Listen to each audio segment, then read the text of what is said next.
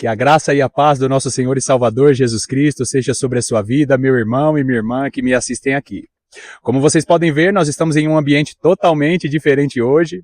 Nós estamos em uma cidade chamada São Bento do Sapucaí, nós estamos descansando aqui.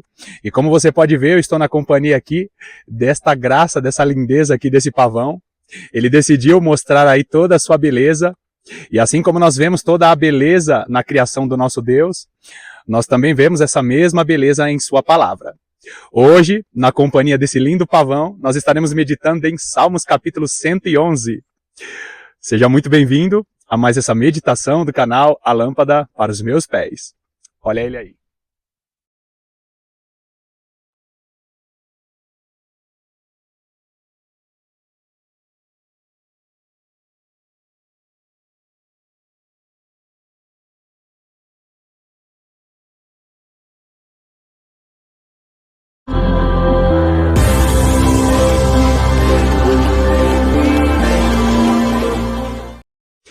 Nós sabemos que muitos salmos na palavra de Deus foram compostos em formatos de louvores, de cânticos, de músicas.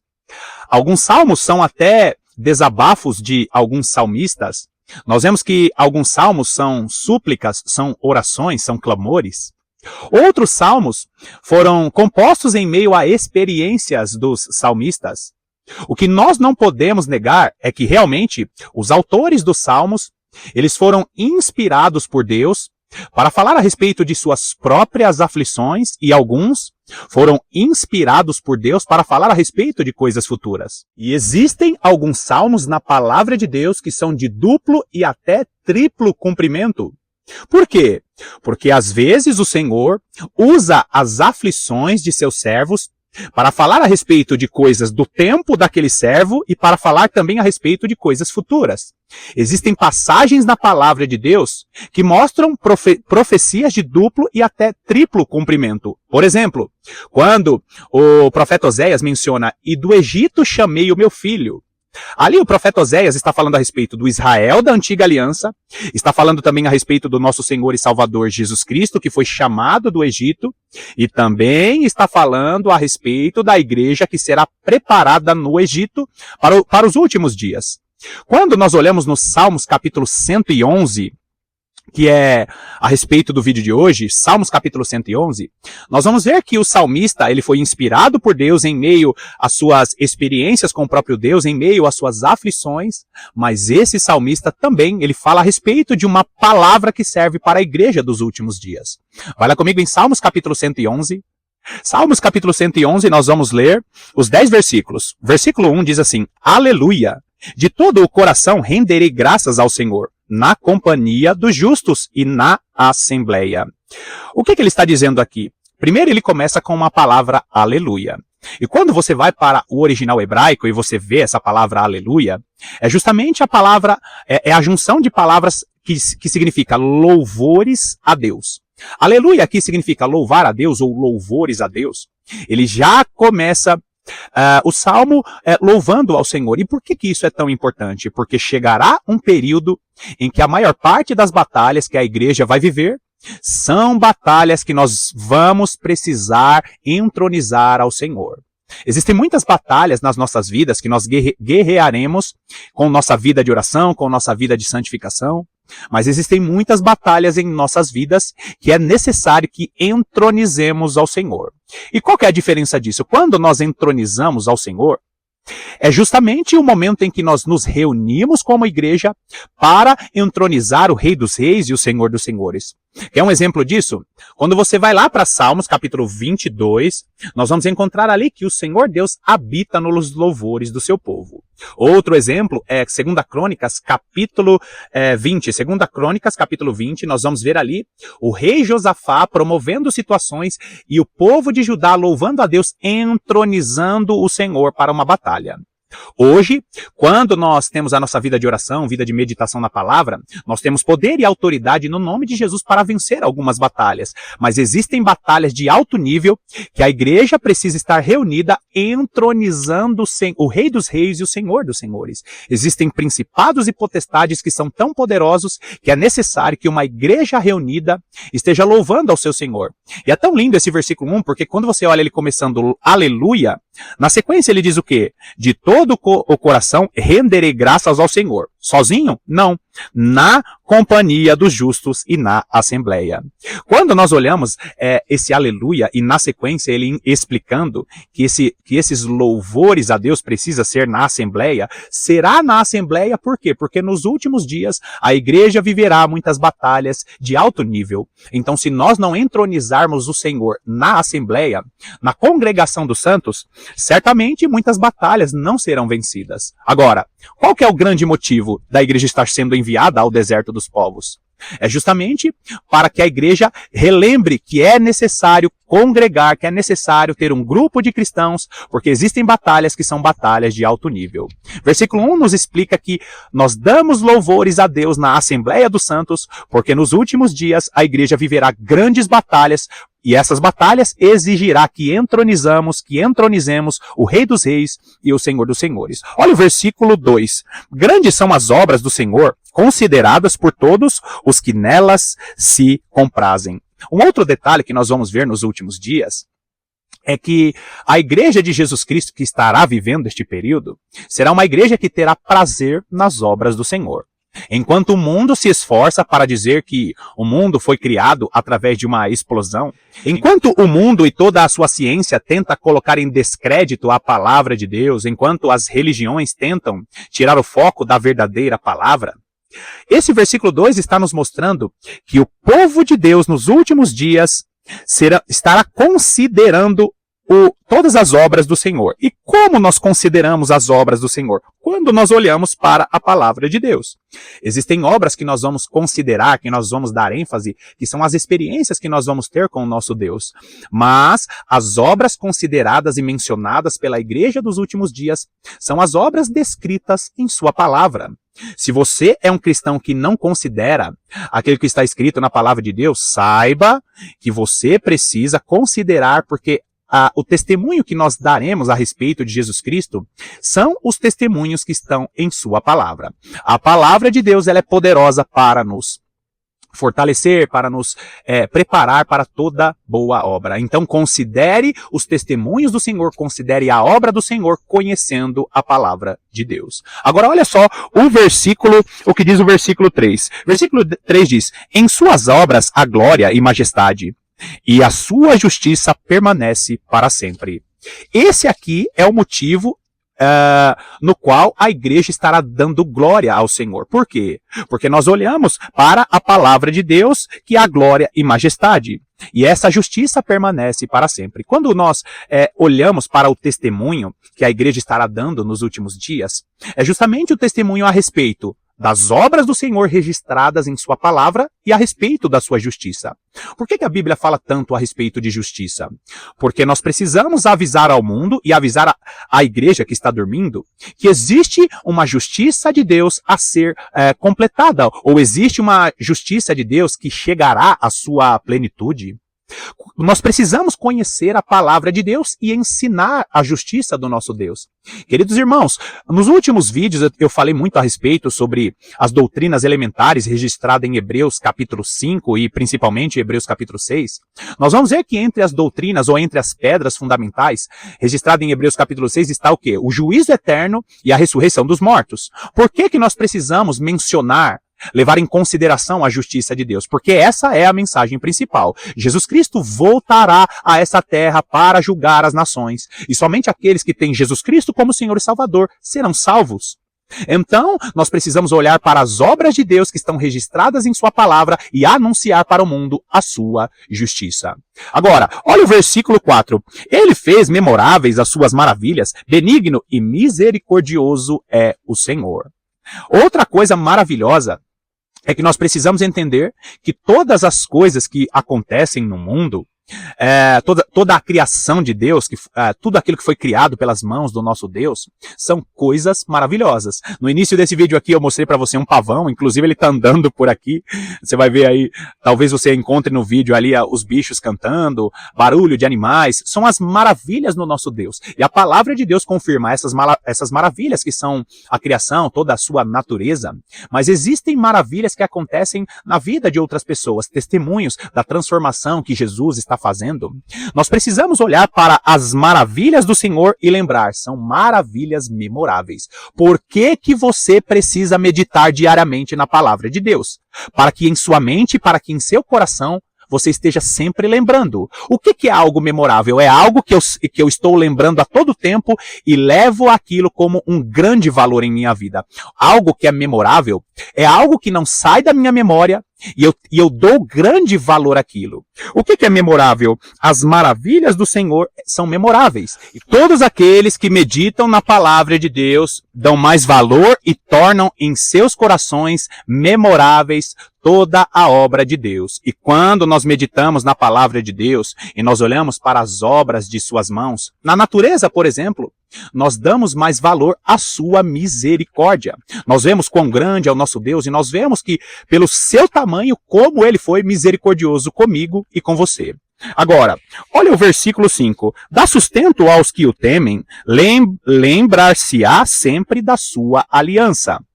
Todos aqueles que recebem Jesus Cristo como Senhor e Salvador são aqueles que fazem parte da nova aliança.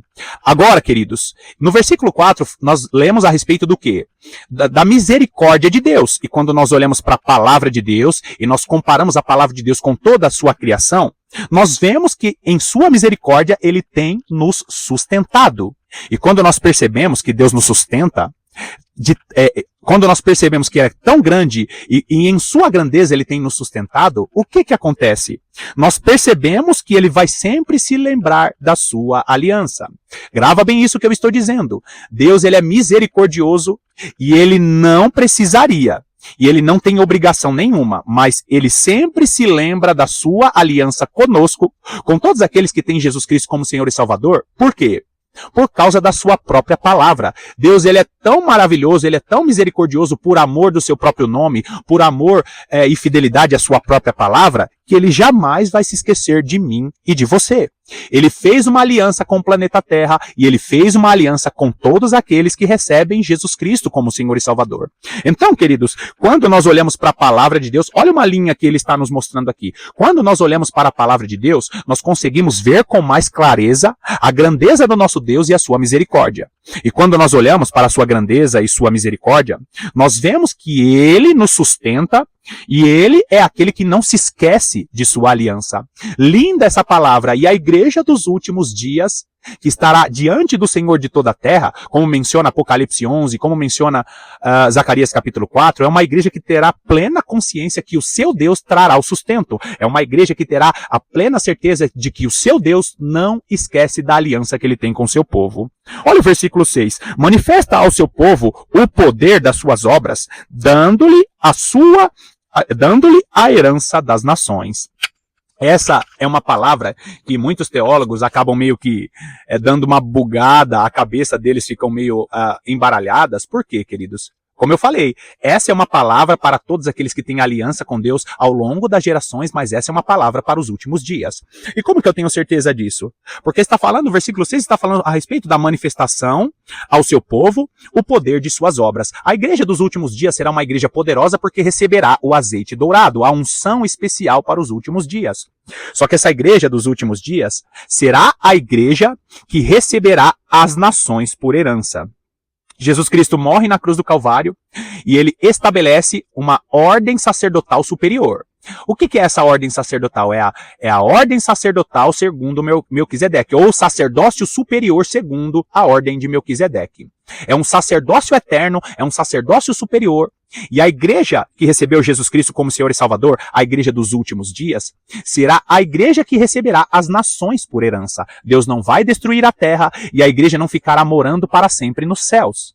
Nós teremos acesso às regiões celestiais e receberemos as nações por herança. Basta ler os Salmos capítulo 34. Salmos capítulo 34 e diversos outros textos nos profetas vão nos mostrar que a igreja dos últimos dias será a igreja que receberá em suas mãos as nações por herança. Na verdade, todo o povo de Deus ao longo das gerações passadas também vão receber as nações por herança. E o nosso galardão será essas próprias nações. Alguns governarão sobre cidades, outros governarão sobre regiões menores, outros governarão sobre países. Nós seremos os portais eternos que estarão introduzindo o Rei da Glória, nós estaremos introduzindo o Rei da Glória para as nações da terra. Linda essa palavra, quando o Senhor Deus manifestará o seu poder nos últimos dias para dar ao seu povo as nações por herança. Olha o versículo 7. As obras de suas mãos são verdade e justiça. Fiéis todos os seus preceitos. O que nós estamos enxergando aqui? Nós estamos enxergando os preceitos do Senhor. Só que aonde nós vemos os preceitos do Senhor? Em sua palavra. Por que o canal aqui se chama A Lâmpada para os Meus Pés? Por que eu sempre conduzo você para ler a palavra? Por que eu sempre coloco o texto bem grande aqui na tela? Porque nós precisamos meditar nos preceitos do Senhor. Todas as vezes que nós meditamos nos preceitos do Senhor, o que nós estamos vendo? Nós estamos vendo as obras das mãos do nosso Deus e a verdade e a justiça. Quando nós olhamos para todas essas coisas, nós temos a nossa fé fortalecida. E quando nós temos a nossa fé fortalecida, nós somos como os montes de Sião, que não se abalam, mas permanecem para sempre. O que isso significa? Significa que nós teremos Jesus Cristo como Senhor e Salvador e nós estaremos de pé diante do Senhor naquele grande dia para herdar as nações. Agora, queridos, olha o versículo 8. Estáveis são eles para todo sempre, instituídos em fidelidade e retidão. O que acontece aqui? Nós olhamos o quê? Estáveis são eles. O que é estável? É algo que está sólido, é algo que não balança, é algo que não oscila, que não muda. E o que são estáveis? Os próprios preceitos do Senhor. Todo cristão, pode prestar atenção, todo cristão que é firmado na palavra, que não é firmado em devocionais rasos, que não são firmados na palavra motivacional do coaching, na palavra motivacional da pregadora que tem os cílios especiais, da pregadora que usa a roupa justinha, todos aqueles que são firmados nos preceitos do Senhor são estáveis, porque esses próprios preceitos são estáveis, não mudam. Todo aquele que se conecta com a palavra de Deus, com os preceitos do Senhor, são aqueles que são firmados nessa mesma palavra. E nós olhamos, queridos, que assim como a palavra, os preceitos do Senhor são estáveis, não mudam, assim é aquele que é firmado nessa palavra. Daí, mais uma vez, a importância de meditar na palavra de Deus todos os dias, para que sejamos estáveis para todo o sempre, porque instituídos em fidelidade e retidão. Você percebe que os preceitos do Senhor não são instituídos na fidelidade ao homem, como tem sido cantado alguns louvores? Aliás, existem muitos louvores novos que dizem a respeito do que o homem quer, do que o homem precisa, da fidelidade de Deus ao homem, quando na realidade a fidelidade de Deus é a sua própria palavra aos seus próprios preceitos. Olha o versículo 9. Enviou ao seu povo, presta atenção nisso, enviou ao seu povo a redenção, estabeleceu para sempre a sua aliança, santo e tremendo é o seu nome. Você notou que ele diz, não é que ele vai enviar, ele enviou. O que é isso aqui? É a palavra do nosso Deus, falando a respeito do envio da redenção. Quem que é aquele que veio com a redenção? Quem que é aquele que veio com seu cálice de prata? Jesus Cristo. Quando o texto diz enviou a redenção, está falando o quê? Ele enviou Jesus Cristo para redimir o seu povo. Aquele que veio trazer redenção ao povo de Deus de todas as gerações é o nosso Senhor e Salvador Jesus Cristo. Ele foi enviado para redimir o povo de Deus, e essa remissão é para quando? É para sempre. Essa aliança que foi estabelecida para sempre. Santo e tremendo é o seu nome. Por que o nome do nosso Deus é santo? Porque o nome do nosso Deus é separado. E assim como o nome, e assim como o Senhor Deus é santo, nós precisamos ser santo também. Outro detalhe, ele fala a respeito do quê? Dessa aliança estabelecida, e nós precisamos levar em consideração que é uma aliança, e nós não podemos nos desviar dos preceitos do Senhor, porque nós fazemos parte da aliança do nosso Deus, que está em sua palavra, que está em seus preceitos. Agora, olha só o versículo 10. O temor do Senhor é o princípio da sabedoria. Revelam prudência a todos os que o praticam. O seu louvor permanece para sempre. Ele repete uma palavra que está em Provérbios, que é o temor do Senhor, é o princípio da sabedoria. O que é o temor do Senhor? Não é o medo. O temor do Senhor está falando a respeito de um respeito no sentido de reverência. E o temor do Senhor nós podemos resumir de uma tal maneira. O temor é você ter a consciência de Deus em tudo o que você quiser, em tudo o que você fizer, em tudo o que você pensar. Se você vai tomar uma decisão, se você vai fazer uma aliança, você precisa ter o temor do Senhor para tomar aquela decisão ou para fazer aquela aliança. O temor do Senhor basicamente é levar em consideração a vontade de Deus em todo o seu viver. Quando nós falamos que o temor do Senhor é o princípio da sabedoria, o que ele está dizendo? Que tudo aquilo que nós vamos fazer, nós precisamos levar em consideração a palavra do nosso Deus e o que o nosso Deus acha. Por quê? Porque esse é o princípio de uma sabedoria que Deus quer derramar no seu povo. A igreja dos últimos dias será separada para levar em consideração apenas a vontade do nosso Deus. Se você acha que você é uma pessoa que teme a Deus, avalie hoje se realmente você leva em consideração em todas as suas decisões, em todas as suas alianças, a vontade de Deus. Uma pessoa temente a Deus não é uma pessoa com medo, não é uma pessoa religiosa, não é uma pessoa que não participa de festas. Uma pessoa temente a Deus é uma pessoa que leva em consideração a palavra de Deus, a vontade de Deus em todas as suas alianças e suas decisões. É o princípio da sabedoria, ou seja, se você não leva em consideração a vontade de Deus em suas decisões e em suas alianças, significa que você não está nem no caminho da sabedoria de Deus sobre a sua vida, sobre o seu entendimento. O versículo 10 ainda continua: revelam prudência todos os que o praticam. Existem situações nas nossas vidas que exigirá uma prudência, só que se você não leva em consideração a vontade de Deus, você não vai ser prudente em situações que é necessária, que são necessárias, que é necessária uma prudência. E ele fala o quê? O seu louvor permanece para sempre. Nós iniciamos esse salmo falando a respeito do aleluia ou dos louvores a Deus.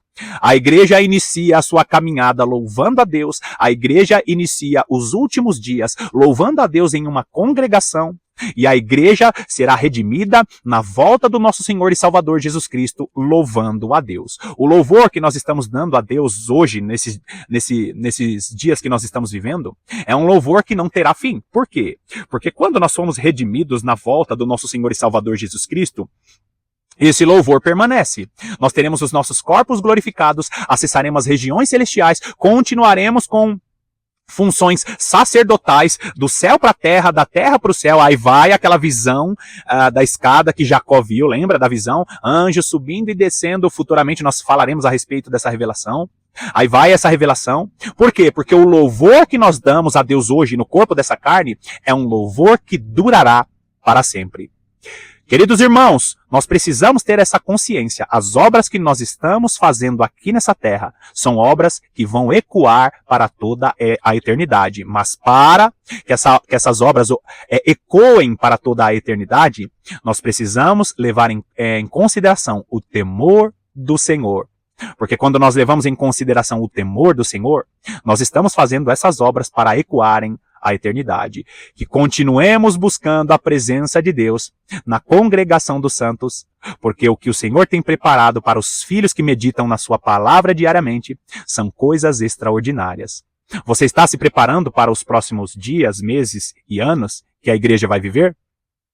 Bom, mais uma vez, nesse cenário diferente, nós finalizamos aqui essa meditação. Eu espero que você tenha gostado do vídeo. Se você puder, me fala a respeito do microfone que está um pouquinho mais próximo da minha fala aqui, se o áudio ficou melhor, me ajuda aqui nos ajustes do canal, para que possamos aí melhorar a qualidade do canal, melhorar a qualidade do áudio, do vídeo, enfim, para que venhamos a fazer a obra de Deus com muito mais excelência. Que Deus te abençoe poderosamente, e eu estarei aqui te aguardando para as próximas meditações.